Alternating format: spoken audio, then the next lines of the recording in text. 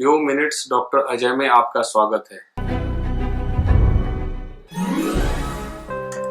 दोस्तों, आज का हमारा विषय गंभीर भी है और इमोशनल भी है। लैंसेट जो मेडिकल प्रोफेशन का बहुत बड़ा जर्नल है, उसने कावासाकी लाइक डिजीज के बारे में बताया है। कोविड-19 या कोरोना के बाद होने वाली ये जानलेवा बीमारी छोटे बच्चों में हो रही है जिनकी उम्र 8 साल से कम है। दोस्तों, इस बीमारी के बारे में आज हम डिस्कस करेंगे। ये बीमारी क्या है, कैसे ये हो जाती है, क्या इसका कारण है और हमारे छोटे बच्चे इसके कितने खतरे में आ गए हैं। दोस्तों, कावासाकी बीमारी को 1967 में तोमीसाकु कावासाकी ने जापान में खोजा था। तोमीसाकु कावासाकी एक जाने माने पीडियाट्रिशियन थे जो कि जापान के अंदर प्रैक्टिस करते थे। जापान से बाहर इसका पहला केस 1976 में हवाई में मिला। इस तेज बुखार वाली बीमारी में, जो कि 5 वर्ष से कम के बच्चों को ही होती है, इसमें बच्चों के शरीर, हाथ, पैर, होठ, मुख के अंदर, गले में सूजन हो जाती है और वो इससे लाल हो जाते हैं। दोस्तों, आंख के सफेद हिस्सों में भी सूजन आ जाती है और जैसा आप देख रहे हैं कि आंख के सफेद हिस्से भी पूरी तरह से लाल हो जाते हैं। ये उन्हीं बच्चों में होती है जिनको कोरोना का इलाज चल रहा है। पिछले सप्ताह इंग्लैंड में 14 वर्ष के एक बच्चे की मौत इसी कारण हुई और उसमें कोरोना के कोई भी लक्षण नहीं थे।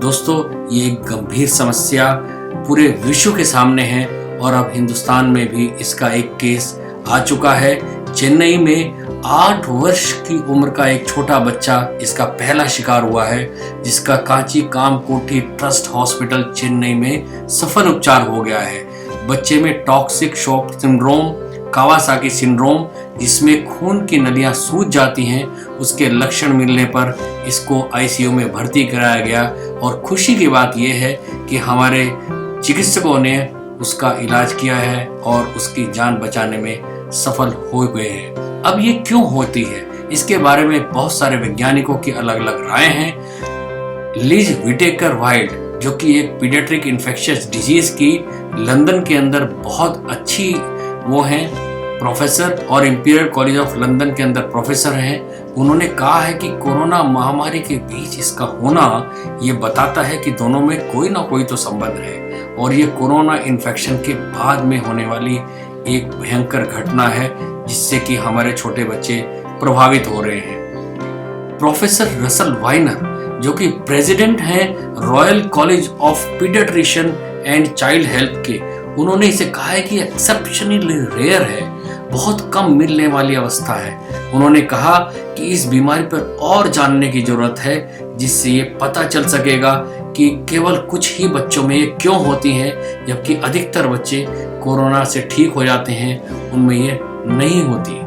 दोस्तों, इस मिस्टीरियस बीमारी के बारे में बहुत सारे चिकित्सकों में प्रोफेसर माइकल लेविन, जो कि प्रोफेसर ऑफ पीडियाट्रिक्स हैं international child health at imperial college of London, उन्होंने बताया कि अधिकतर पीड़ित बच्चों में कोरोना वायरस नहीं मिला, परंतु कोरोना के लिए एंटीबॉडीज मिली और ये कोरोना वायरस के विरुद्ध हमारे शरीर के प्रतिरोधक तंत्र या इम्यून सिस्टम का असामान्य सा या अनयूजुअल इम्यून रेस्पॉन्स है, जिसके कारण ये बीमारी हमारे छोटे बच्चों को प्रभावित कर रही है। दोस्तों, इसके लक्षण क्या है?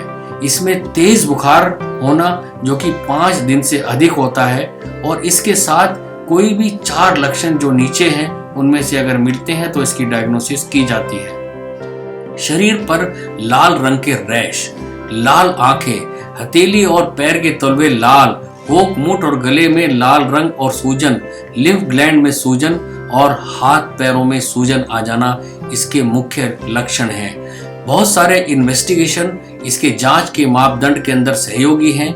ESR, सी रिएक्टिव प्रोटीन दोनों का बढ़ना या एक का बढ़ना, एनीमिया मतलब हीमोग्लोबिन का घट जाना, थ्रोम्बोसाइटोसिस मतलब प्लेटलेट का बढ़ जाना, हाइपोएल्बुमिनेरिया इसका मतलब होता है शरीर में प्रोटीन, ब्लड में प्रोटीन कम हो जाना, इकोकार्डियोग्राम में कोरोनरी एन्यूरिज्म और कार्डियक डिसफंक्शन, और सार्स कोविड-19 के स्वाब और एंटीबॉडीज का ब्लड में प्रेजेंट होना इसके डायग्नोसिस को और मजबूत करता है। दोस्तों, एक अजीब सा सिम्टम इसके अंदर आ रहा है जिसको जायंट स्ट्रॉबेरी टंग बोलते हैं। इसमें हमारे जो शिकार रोगी बच्चे हैं इसके, उनमें उनकी जीभ सूज जाती है, पूरी तरह से लाल हो जाती है और सफेद रंग के स्पॉट पड़ जाते हैं जो बड़ी स्ट्रॉबेरी के फल जैसी दिखाई देती है। ये एक अजीब सा सिम्टम इस बच्चों में आ रहा है। दोस्तों, ये कैसे रोग पैदा करती है?